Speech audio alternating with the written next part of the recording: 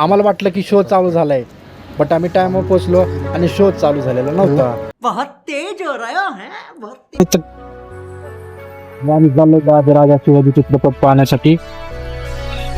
मित्र मनात विचार आला की एक व्ह्यू घेतो, की ब्लॉगसाठी आपल्याला तर लागणारच आहे. आणि मित्र गाडी चालवत होता, सो जास्त उन्हामध्ये पण नव्हतो निघलेलो, कारण की ऊन भरपूर लागते. सो आपल्या मोबाईलची क्वालिटी जेवढी आहे त्यानुसार व्ह्यू घेतला. आणि चालत असताना आपल्याला इथं पाहू शकता, हे पिंपरी गावातलं पवनेश्वर मंदिर आहे प्रसिद्ध. आणि आपल्याला वाटेत दिसली गौमाता. जय गौमाता. हा पिंपरी गावचा परिसर. या ठिकाणी भरपूर गायी असतात. तुम्ही त्यांना काय द्यायचं असलं किंवा दान करायचं असलं तर तुम्ही इथे येऊ शकता. सो पुढं गेलो, आम्हाला दिसला बॅनर आणि इच्छा अजून वाढली की कसा पिक्चर आहे नेमका बघण्यासाठी. सो आम्ही चाललो.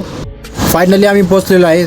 हे पिंपरीमधलं विशाल स्क्वेअर भरपूर लोकांना माहीत असेल, कारण की खूप जुनं थिएटर आहे. एकदाचं तिकीट ते काय घेतलं, ऑनलाईन केलं कॅश काउंटरला. पाहिलं तर आम्हाला जास्त उशीर झाला नव्हता, आम्ही वेळेत पोचलेलो.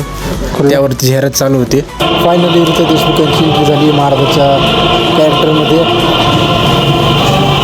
सो अर्ध पिक्चर बघून झाला. आपल्या इंटरवलमध्ये गेलो बाहेर, तिथला पण व्ह्यू घेतला. काय करावं, ब्लॉगर आहे तो व्ह्यू.